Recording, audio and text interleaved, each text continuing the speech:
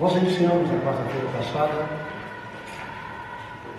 a parte mais restrita, exatamente acerca dos falsos profetas e como entendê-los. Vimos que Jesus Cristo começa no capítulo 7, versículo 15, alertando-nos para que nos acautelemos dos falsos profetas. E vimos também que Jesus começa a falar acerca de algumas características, dizendo que eles vêm vestidos de ovelhas, mas interiormente são lobos devoradores. A palavra também nos diz que nós temos um meio de diferenciar, é pelos frutos. Pelos frutos os conhecereis. Exatamente, nós conhecemos uma árvore pelo fruto. Você pode estar de olhos fechados, mas você experimenta uma manga e, dependendo do seu costume com a manga, você diz até que tipo de manga é, né? E, pelo menos sou nortista, a manga que eu mais gosto, que diferencia com muita facilidade, é a manga rosa. Outro dia quiseram me dar uma manga, porque ela era rosa por fora, dizendo que era manga rosa. Eu falei, o cheiro e o gosto é diferente. Manga rosa, ela tem aquele doce, mas é um doce azedinho. E ela tem um perfume diferente de qualquer outra manga. Então é muito fácil a gente fazer diferença. Assim também na vida espiritual, vocês vão ver que é muito fácil conhecer um falso profeta, exatamente pelo paladar, pelo gosto, pela palavra, que a palavra é o nosso alimento. E se nós nos alimentamos corretamente, nós não aceitamos o alimento estragado, o alimento que não é o alimento correto para a nossa vida. E é isso que Jesus quer. Ele quer que aqueles que foram chamados para o seu reino, eles possam ter a capacidade de distinguir quem está falando da parte de Deus e quem não está falando da parte de Deus. Também eu pedi muito a Deus para não escandalizar ninguém com tudo que eu vou falar, porque falando de falsos profetas, nós vamos entrar em alguns detalhes que esmiuçam exatamente a forma de pregação atual, a forma de adoração atual e muitas outras coisas. É um campo muito vasto que a Bíblia nos abre para que nós possamos entender. Tá certo? O apóstolo Paulo, escrevendo a Timóteo, no capítulo 6,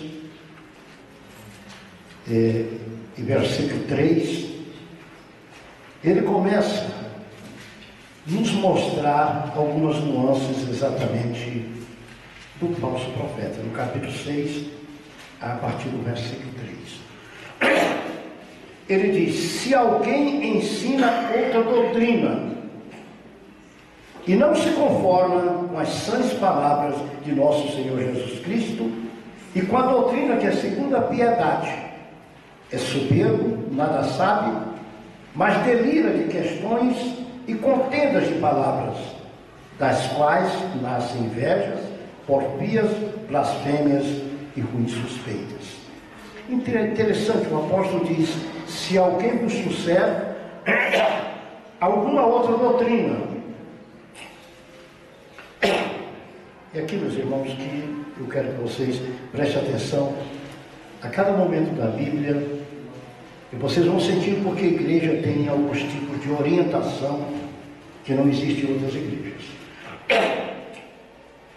Quando a minha Bíblia diz que a igreja está edificada sobre a doutrina de Cristo, dos apóstolos e dos profetas, e eu elejo apóstolos e profetas para esta época, Quando eu falar assim, você já entende que nós falamos em profeta ministério e profeta dom espiritual e dom ministerial. Fizemos uma diferença no início. Quando eu falo profeta, eu falo aquele que traz uma nova visão. Quando eu falo apóstolo, eu falo aquele que traz uma nova doutrina. A igreja está edificada na doutrina dos apóstolos e dos profetas. Mas dos apóstolos, aqueles bíblicos. E dos profetas, aqueles do Velho Testamento. Tá certo? O vetuso testamentário, né? O Velho Testamento. Por quê? Porque a passagem de Deus, a palavra de Deus, a mensagem de Deus, a revelação de Deus, ela já foi completada. Eu não posso completar mais a revelação de Deus. Eu não posso trazer nada mais novo. Citei para vocês, vou citar muitas vezes, para ficar bem gravado, Hebreus 1:1. Havendo Deus antigamente falado de muitas maneiras aos pais pelos profetas. Havendo no passado, Deus falado no passado, de muitas maneiras, sonhos, visões, revelações, não é? Êxtase aos pais pelos profetas. Nestes últimos dias, Ele nos fala somente através de Jesus Cristo, a quem constituiu herdeiro de tudo e colocou sobre todas as coisas. E ali continua fazendo caracterizações acerca de Cristo. E no capítulo 1 de Hebreus desmancha aquela doutrina maligna que Cristo não é Deus. Cristo é divino, mas Cristo não é Deus. Porque ali diz o seguinte: tu és Deus, e também diz o teu trono está edificado. Então, capítulo 1 de Hebreus, se você ler, você vai ver que ali há uma palavra confirmatória acerca de Cristo, dizendo que Ele é Deus. Então veja, meus irmãos, já falei isso, muitas coisas que eu falei com vocês, vou repetir mesmo. Existe um compartimento estanque, uma separação entre o que se falava no passado e o que se vai falar agora. Essa separação não tem mudança, porque aquilo que foi falado no passado e não se cumpriu ainda no presente, está para se cumprir. É a palavra de Deus. A Bíblia é a verdade. Mas eu tenho que saber analisar o que está no Velho Testamento e já teve o seu cumprimento. Eu tenho que ver no Novo Testamento aquilo que no Velho não se cumpriu ainda, porque a palavra de Deus passa céu, passa terra, mas ela permanece, ela se cumpre. Está certo? Então ninguém pensa assim: olha, o pastor está dizendo que o Velho Testamento já é. Não estou dizendo isso. Porque até aquilo que já se cumpriu no Velho Testamento, ele serve como espelho para a minha edificação e caminhada espiritual. Porque tem um pastor em Goiânia, ele não está à frente de igreja, de vez em quando ele vai no nosso meio, e ele sempre que me conta assim: eu não suporto ver alguém pregando em um texto do Velho Testamento. Eu fiquei quieto, porque algumas vezes eu conversei com ele, ele argumenta muito, e no argumento dele a gente vai discutir. Então é melhor não discutir, eu vou orando por ele, eu continuo pregando em textos do Velho Testamento. Só que prego o que é. Digamos, tem profetas da atualidade, pregadores da atualidade, que pegam, digamos, aquele texto. Quando o Senhor chega, quando Moisés diz a Josué: Josué, aonde a planta do teu pé pisar vai ser teu. Tá certo? Aí chega no púlpito e diz: olha, irmão, promessa de Deus para a tua vida, aonde a planta do teu pé pisar é tua. Não. O Senhor disse aquilo com relação a Caleb. E Caleb chegou depois para Josué e disse assim: olha, 40 anos se passaram quando o servo de Deus Moisés me disse esta palavra. Eu agora tenho 85 anos. Sou tão pobre como era naquela época. Eu quero agora aquela terra que foi dita, que é onde eu pusesse a planta do meu pé. Era minha.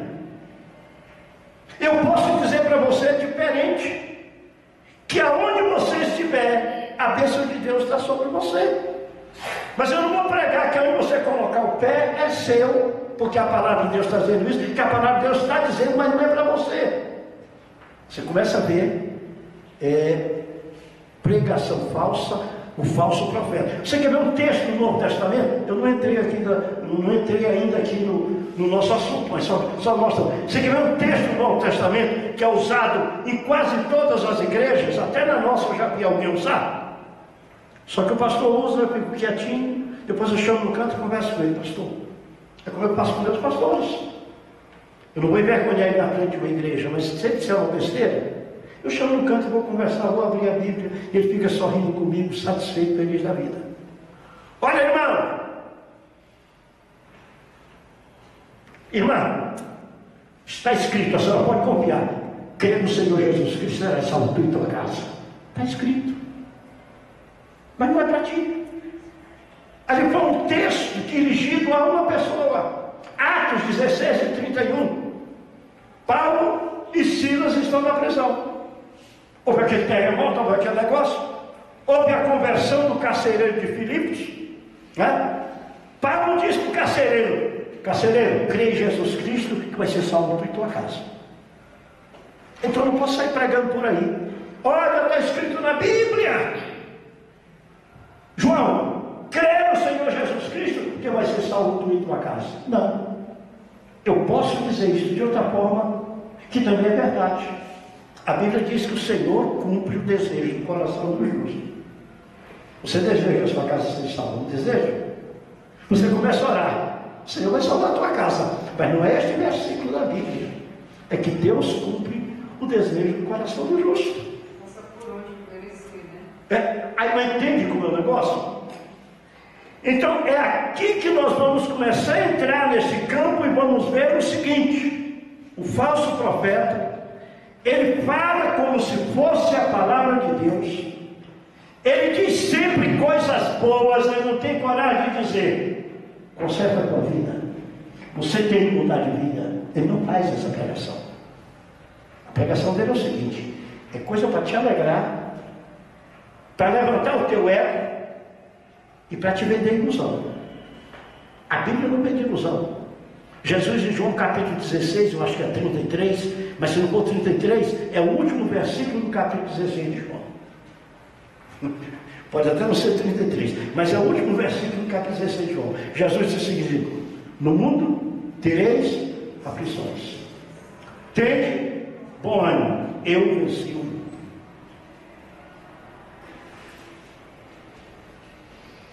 Está certo? Jesus disse assim: se alguém quiser vir após mim, negue-se a si mesmo, tome cada dia a sua cruz e siga-me. É um evangelho diferente, não é? Do evangelho da prosperidade. A teologia da prosperidade é uma teologia diabólica. É a teologia que promete, é a teologia que engana. A teologia de Cristo é o seguinte: você pode ser abençoado? Pode. Vai ser abençoado? Vai ser abençoado. Busca a Deus. Ela te ensina a você servir a Deus, e Deus vai te dando prosperidade. Digamos, eu estou olhando aqui a Rosana.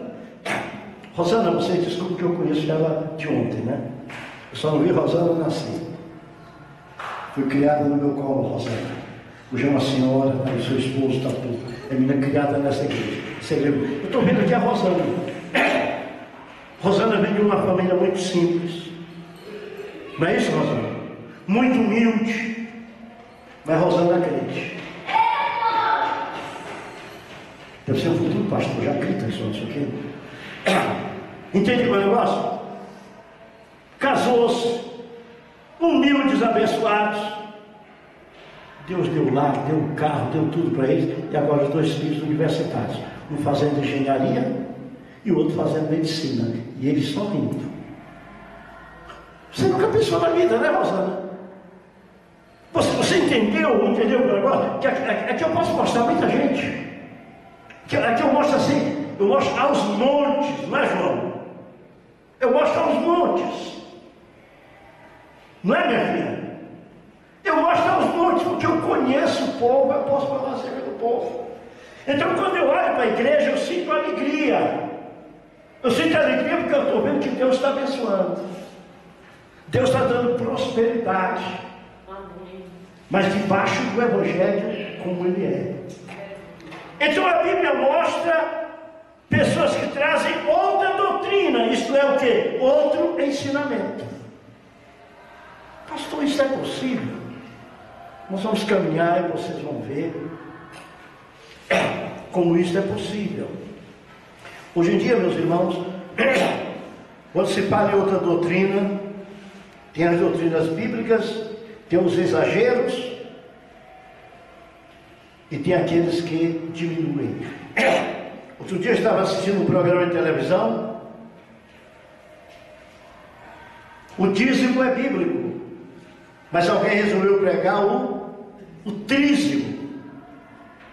É o dízimo do Pai, o dízimo do Filho e do Espírito Santo. Não, eu digo não porque é público, a pessoa paga na televisão. Aquele homem do chapéu, meu nome dele? Ele estava tranquilo, ele estava olhando, eu estava assistindo, ele estava, pois é, irmãos. Essa época de fim de ano é época de bênção, de vez em quando ele traz essa bênção. Vocês são abençoados, porque vocês dizimam, mas se chegou na hora de vocês serem mais abençoados ainda. Como se dízimo não traz bênção. Dízimo é para quem é abençoado. Dízimo é para quem é crente. É para quem tem coragem de meter a mão no bolso e dizer: Senhor, tu me deste, eu estou te entregando. Mas o Senhor não quer tirar uma parte que te deixa passando fome. Mas esse não tem que ser, é o trízimo. Dízimo do Pai, dízimo do Filho e do Espírito Santo. Está na Bíblia? Não, disse o nome porque é público, isso aí todo mundo vê. Está na Bíblia? Está acrescentando o quê? Um novo ensinamento, uma nova doutrina. Então, biblicamente, a Bíblia já caracteriza como alguém que não está de acordo com um verdadeiro profeta. Você vê, meus irmãos, exatamente que essas pessoas, os falsos profetas, eles estão preocupados com prosperidade. Mas por que estão preocupados com prosperidade? Estão preocupados em vender prosperidade para você. Você pode vender sua casa, trazer, porque você vai receber 10 casas no lugar dela. Porque Jesus disse para Pedro disse: nós deixamos tudo para te seguir. O que nós teremos? Jesus disse: olha, não há quem tenha deixado pai, mãe e todas as coisas para mim, que não receba nesta vida 100 vezes mais e na outra vida eterna. Então você tem que pegar suas coisas, você deixa, você entrega tudo para Jesus, você acaba tudo que você tem, você vai ter 100 vezes mais. Onde é que Jesus mandou pregar isso? Porque ele está interessado em retirar os teus bens. Quantas pessoas têm entrado na justiça contra a Igreja Universal? É verdade ou não é? Tem entrado na justiça. O ato de má fé. Eu não vou falar o nome de outros crimes aqui, porque eu não estou aqui para caracterizar isso. Eu não sou promotor, eu não sou delegado, que é quem que prepara processo, procedimento, denúncia. Ele sabe dessas coisas, eu não sei muito disso não. Igreja, meus irmãos, é para se ensinar a verdade. Contribuição. O apóstolo Paulo, escrevendo aos Coríntios, diz que é com alegria. Aqueles que trazem o seu dízimo com tristeza não devem trazer.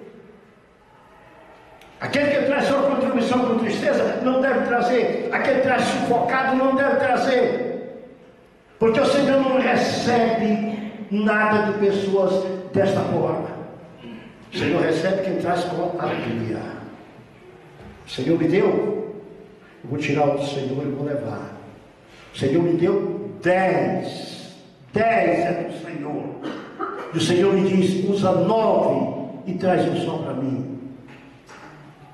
O Senhor não está obrigando, não. O Senhor não está obrigando. O Senhor, quando o povo sacrificava de uma forma errada, ele dizia, quem está pedindo que vocês tragam desta forma? Fique com o que é de vocês. Mas não, eu tenho que pregar prosperidade. Pastor, se eu não prego a prosperidade, eu prego prosperidade, mas prego da forma bíblica. Eu prego aquilo que Deus falou a Josué. Olha o livro da lei, não te aparta dele, nem dia e de noite, porque fazendo isso, prosperarás no teu caminho. A verdadeira prosperidade é aquela bênção que permanece. E aquela bênção que vem sobre a minha vida, vem sobre a tua vida, exatamente porque Deus se agradou em dar. Ela não é produto de dores, é produto de alegria. É aquilo que acontece. Os meus irmãos mostrando um carro bonito. Disse, olha, pastor, como aconteceu. Olha, peguei tão barato, ágil. A prestação é prestação de moto, é R$500. Virou para mim, que bênção! É bênção mesmo. É bênção mesmo. O Senhor abre, o Senhor parece que a gente descortina diante da gente, que a gente às vezes não sabe nem como, e aquilo está acontecendo melhor do que a gente pensava. Nós não precisamos partir para estas formas. A cura é pregada pelo falso profeta de uma forma totalmente errada. Ou é negociada, você faz um sacrifício levando preços. Eu quando estou fora de Brasília, e eu vou em igrejas diferentes, porque aqui em Brasília não dá para eu ir que todo mundo me conhece, né? Em locais que ninguém dá para me conhecer, só para ver coisas. Nós estávamos em São José dos Pinhais, lá no Paraná, Curitiba, a terra da minha mulher, né? De manhã cedo, falei para a mulher, vamos no culto.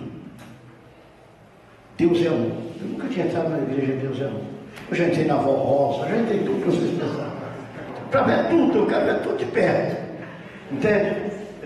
Lembra da pergunta da Vó Rosa? Aí eu entrei no domingo de manhã. Primeira coisa, eles pegaram um óleo e derramaram sobre a mesa. Aí pegaram um bocado de envelope, jogaram em cima daquele óleo para os envelopes ficar melados. Os envelopes ficariam ungidos.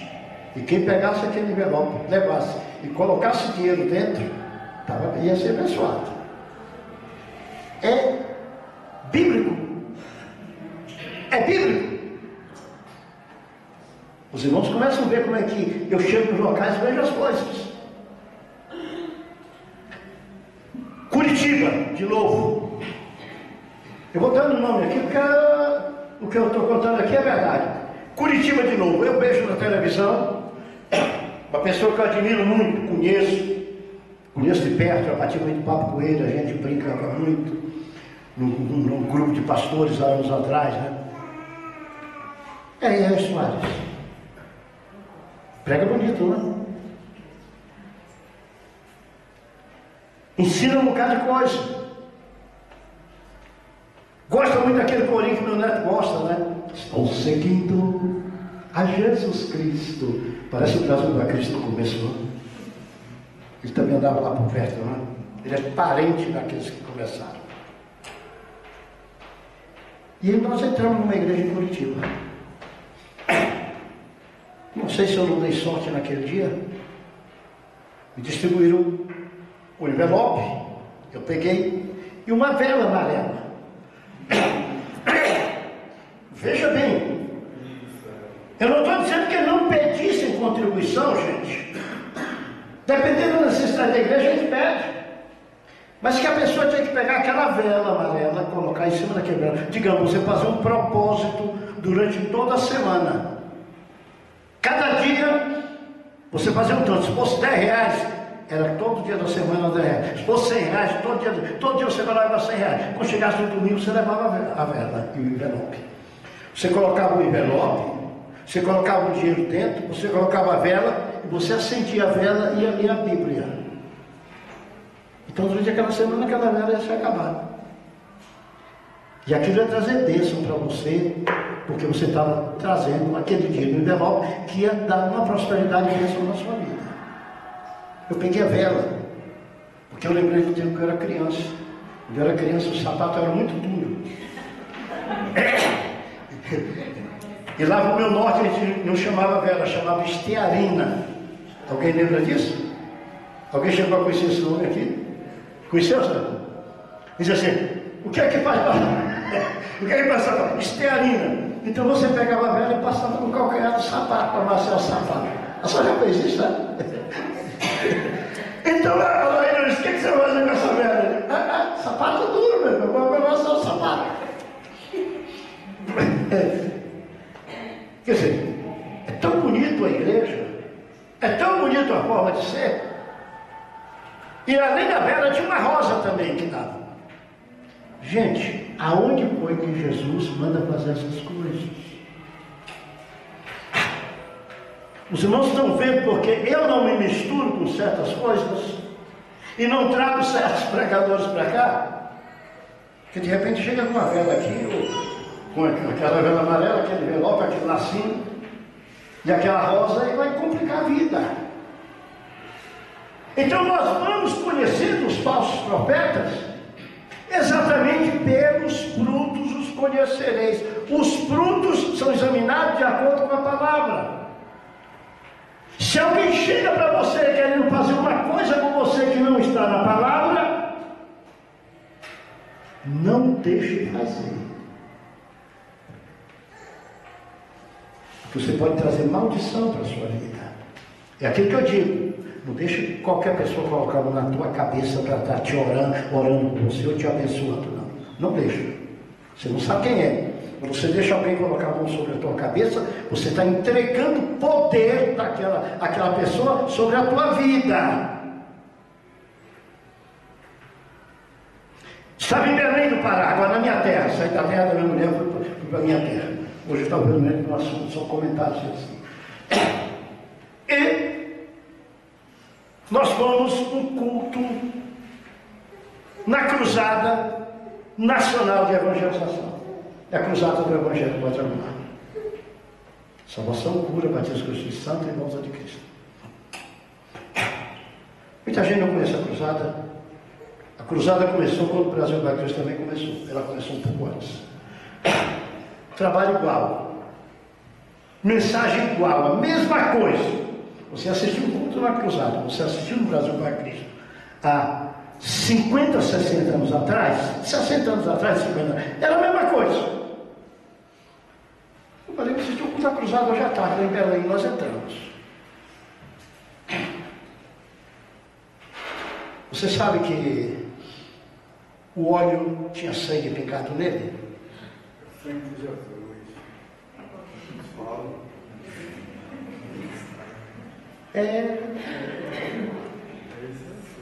Vieram nos ungir. Eu fastei. Eu estou aqui no banco Aloísio, né? Eu fastei. Eu não deixei. Você sabe que a cruzada mudou demais, né? A cruzada hoje, ela não é o pentecostalismo do início. Ela deixou penetrar nela o neopentecostalismo. Ela mudou. Ela não é aquela igreja daquela época. Como existem muitas igrejas do Brasil não, muitas igrejas do Brasil para Cristo, que mudaram totalmente. A igreja do Brasil para Cristo, ela continua, não mudou nada. É a mesma de 40, 50, 60 anos, a mesma coisa. O que era é. Aqui nós temos gente com 50 anos aqui dentro que sabe que é a mesma coisa. Gente com 40 anos, com 30 anos, com 20 anos. Você que foi da Assembleia até uns 20 anos atrás, você sabe que a Assembleia de hoje, 40 anos atrás, era uma, hoje é outra, né? Totalmente diferente. se dá exatamente por causa dos falsos profetas no meio da igreja. A Bíblia diz: se levantará no meio de vós. Se levantará no meio de vós. Tá certo? Quando você abre 2 Pedro,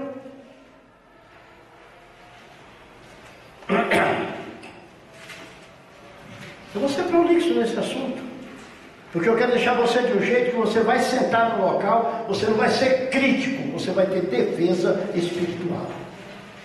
Eu vou entrar em mínimos detalhes, vou entrar em coisinhas, vou entrar em besteira, parece besteira, e de repente vai ser trazido à sua mente, entendeu, Jussara? Vai ser trazido coisas à sua mente, e você vai conferir com a Bíblia, e você vai ver que não é. Ah, pastor, mas eu também já fiz isso.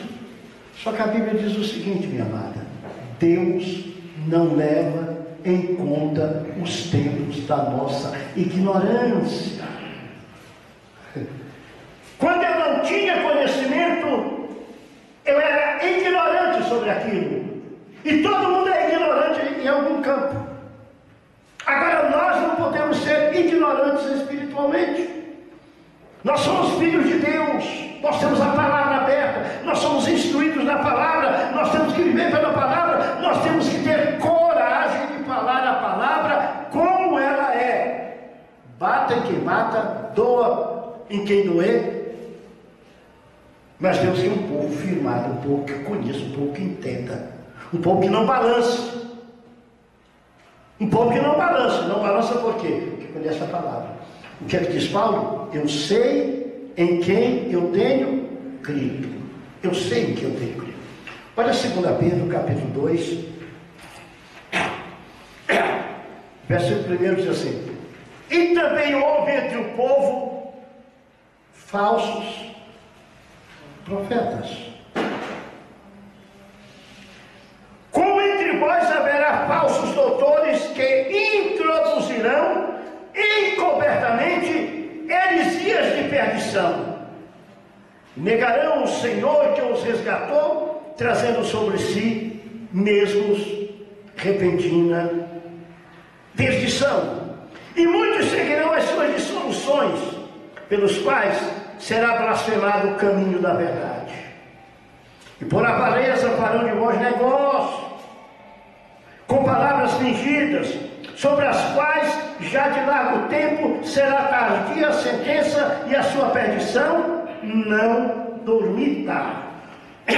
Então vejamos, também houve entre o povo falsos profetas, como entre vós também falsos doutores, ou seja, falsos ensinadores, falsos mestres, introduzirão encobertamente heresias. O jeito mais fácil de se introduzir uma heresia é usando o nome de Jesus. Sabe por quê, meu irmão? Porque se alguém quiser introduzir uma heresia, trazendo um outro nome ou procurando mostrar uma base mesmo falsa, mas procurando mostrar em Cristo, você não vai aceitar. Agora a pessoa vem com o nome de Jesus e mexe com você. Mexe ou não mexe? Jesus é o nosso Salvador. Jesus é o nosso Rei. Jesus é o nosso Senhor. Jesus é tudo para nós. Tudo que fala em Jesus chama a nossa atenção. Chama ou não chama? Quer chamar a minha atenção? Quer chamar a atenção de vocês? Entendeu, Juraci? Fala bem de Jesus. Agora, falar bem de Jesus de uma forma errada é uma sutileza do diabo para que nós absorvamos coisas malignas. É por isso que o crente não deve ter a Bíblia, ele deve ler a Bíblia.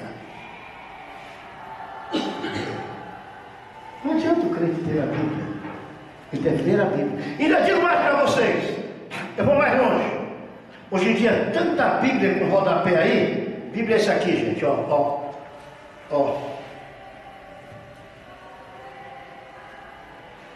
É revista corrigida fiel. Aqui, é seca. Essa aqui é a tradução mais fidedigna que tem. esta aqui, ó. Porque hoje em dia estão fazendo tradução de Bíblia para gay, tradução de Bíblia para mulher, tradução de Bíblia para homem. E são pessoas que não têm um conhecimento bíblico, mas estão trazendo heresias naquele rodapé que estão fazendo. Tem cuidado com essas cobras criadas. Eu tenho no meu escritório mais de 50 exemplares da Bíblia e a maioria de rodapé. De vez em quando eu fico com tanta raiva, eu pego o rodapé daquele e risco todinho. A Bíblia na linguagem de hoje é uma deturpação da linguagem. Eles querem dar uma explicação, não, como é que a gente diz, meu Deus? Uma interpretação, e não a palavra fidedigna. E você sabe que interpretação você pode dar errado, né? Aquilo que eu interpreto, você interpreta de um jeito, você interpreta de outro, A interpretação, ela vem de uma ideia humana. E as ideias humanas são contundentes. Então, olha como é que eu gosto da Bíblia. Sequinha. Eu tenho uma dessa aqui que a irmã Elza me deu. A irmã Elza, quando eu cheguei aqui no Gama para abrir o Brasil para Cristo, há mais de 50 anos atrás, já estava aqui. O Terão me trouxe uma Bíblia, letra grande. Eu estou lá namorando com ela, porque essa aqui já está velha, mas só que eu gosto tanto dessa, que eu não sei como deixar essa de lado.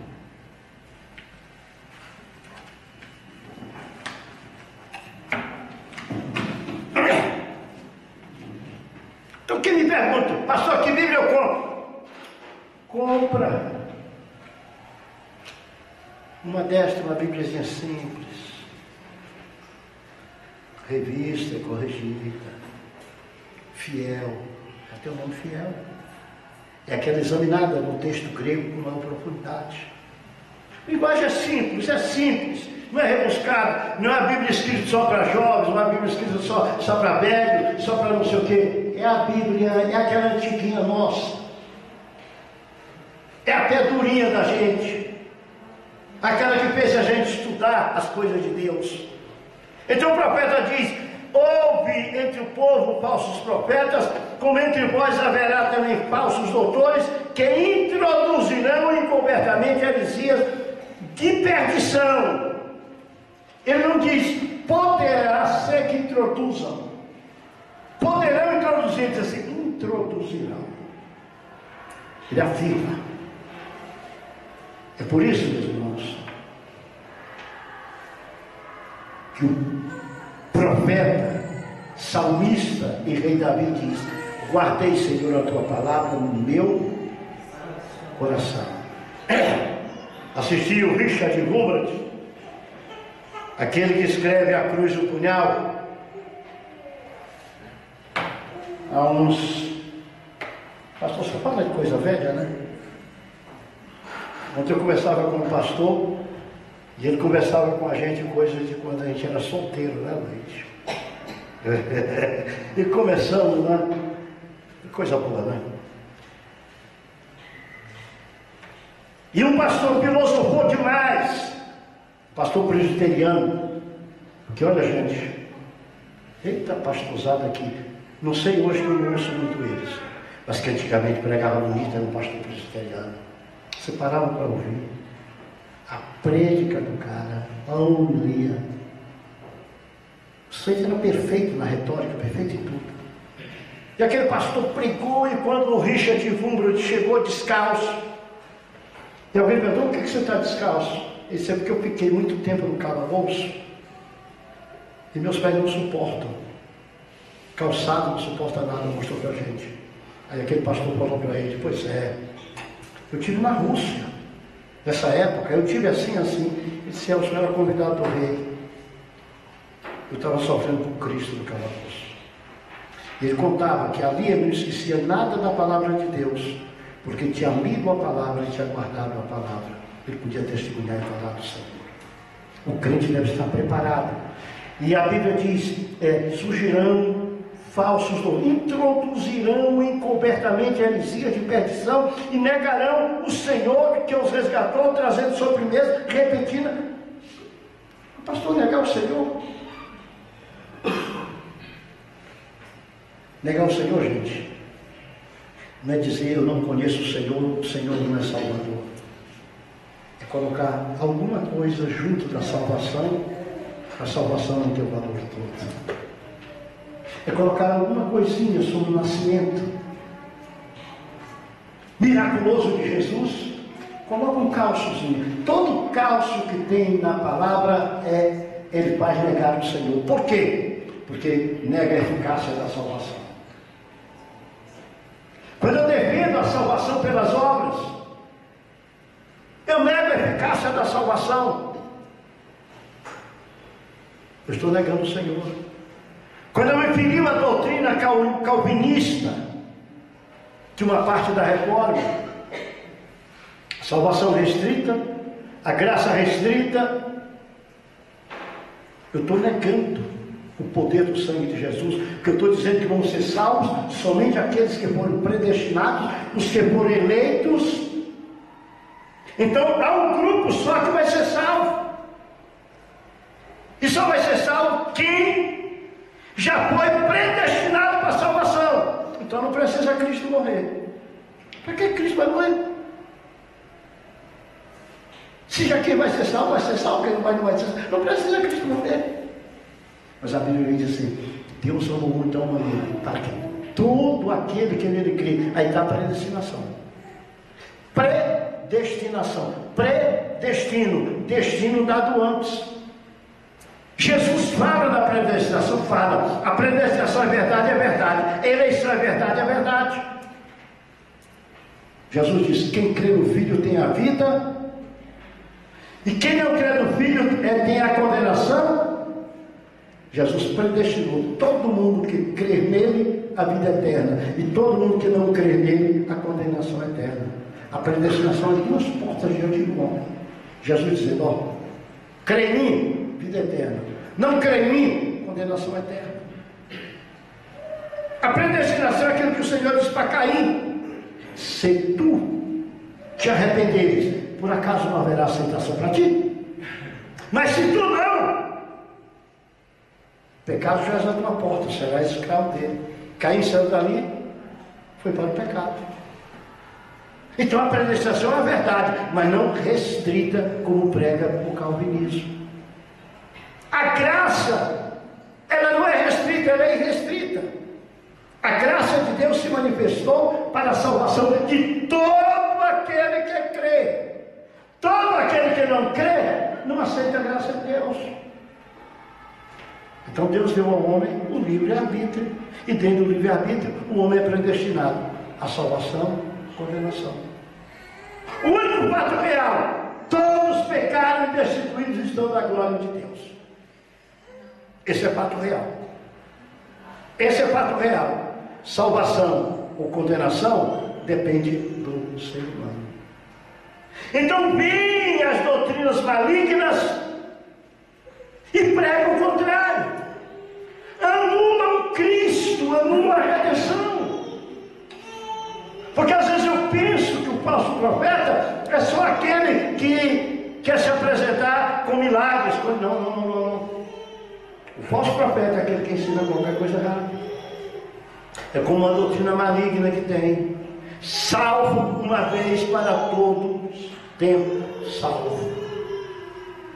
Salvo uma vez para todo tempo, sim, se permanecer com Cristo.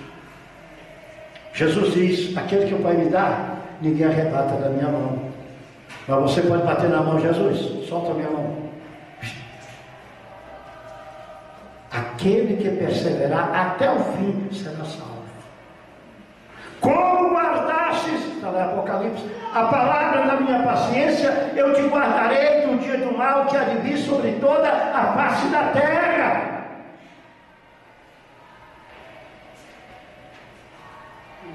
Se alguém ouvir a minha voz,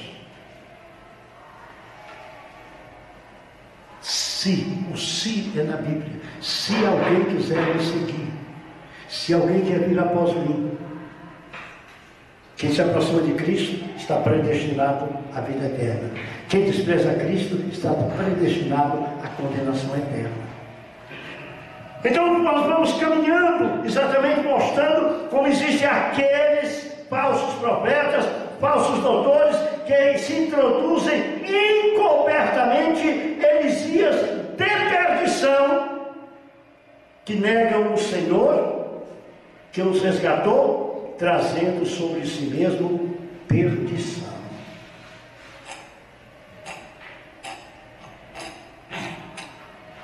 Nós estamos analisando o que é o falso profeta.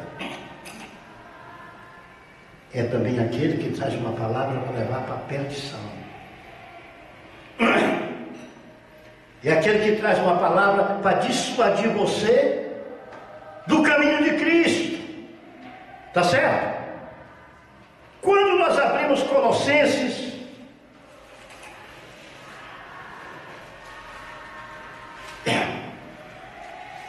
no capítulo 2,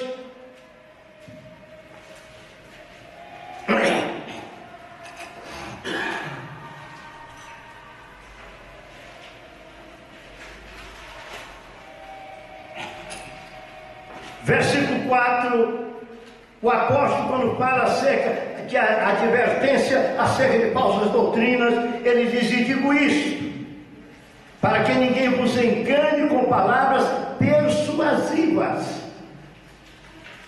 Ninguém vos engane com palavras persuasivas. Nós temos que ter cuidado. Porque, olha, irmão, essas pessoas que buscam o combate para destoar a verdade é uma coisa muito terrível. Eu digo para vocês, porque eu já falei para vocês que eu já estive no trono do Satanás. Eu já vi de perto as coisas piores que você possa pensar. Eu fui ao Uruguai para fazer uma conferência sobre como evangelizar a América Latina. Naquela época eu não sabia quem era Reverendo Mundo. Eu fui como convidado especial. E eu pude assistir tudo acerca do veneno diabólico para despanchar Cristo.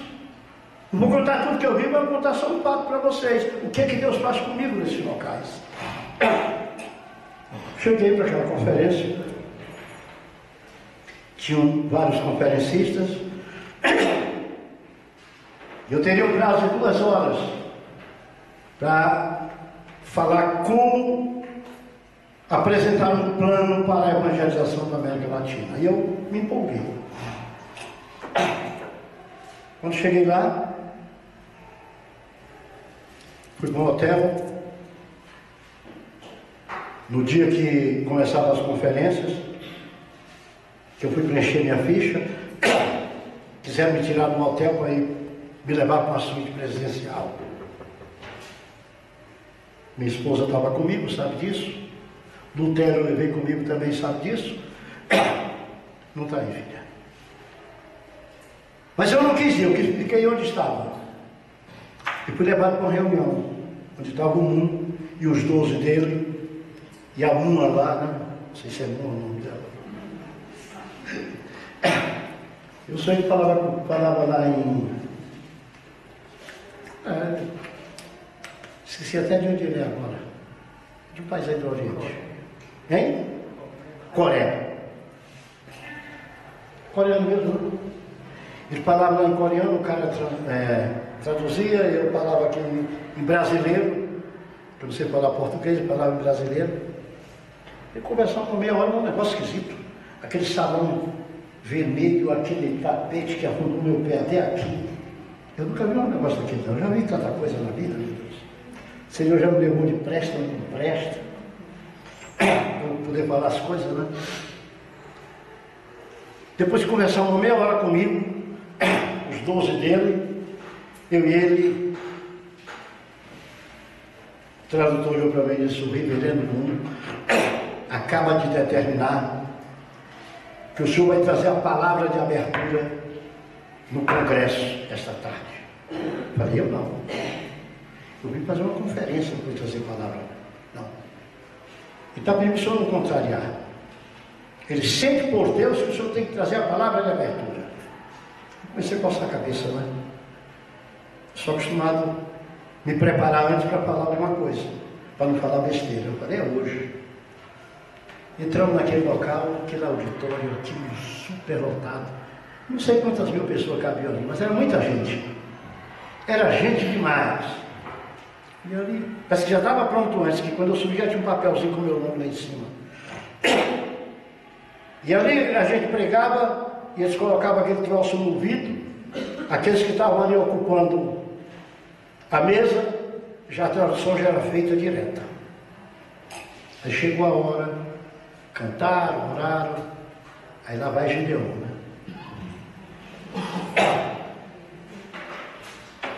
Eu falei, meu Deus, eu não sei o que eu vou falar, não. Abri Tiago, Milhai, os pôs debaixo da potente mão de Deus, grisal, e comecei a pregar. E eu não sabia que o cara dizia que ele era o Messias. Eu não sabia até aquela hora que ele dizia que ele era o Messias, que Jesus não cumpriu e ele veio cumprir o resto. E eu comecei a pregar para o cara. Eu dizia, para não ir para o inferno, tem que seguir a Jesus. Se ele nunca ouviu pregar o Evangelho, naquele dia, durante 45 minutos, eu preguei o Evangelho para ele, sem saber o que estava acontecendo. Não salva ninguém. Eu olhava assim, olhava assim, Gideão não salva ninguém. Não salva ninguém, não tem poder para salvar ninguém. Só quem salva é Jesus Cristo que morreu na cruz. Durante 45 minutos, Deus me levou no trono do diabo para pregar para o filho do diabo. Eu entro em fria, gente. Mas eu não corro com facilidade, não. O Senhor me deu esse privilégio. Depois, você fez palestra mais? Você fez palestra mais? Não, você foi cortado da palestra. Aí eu fui ouvir tudo que não prestava. Também eu trouxe todos os livros que eles tinham naquele negócio, eu trouxe. O princípio divino dele, a economia de não sei o quê, trouxe tudo, tinha lá um monte de coisa, né? Aí fui aprender, sabe o quê? Que Caim é filho de Eva com o diabo. O diabo transou com ela e nasceu Caim.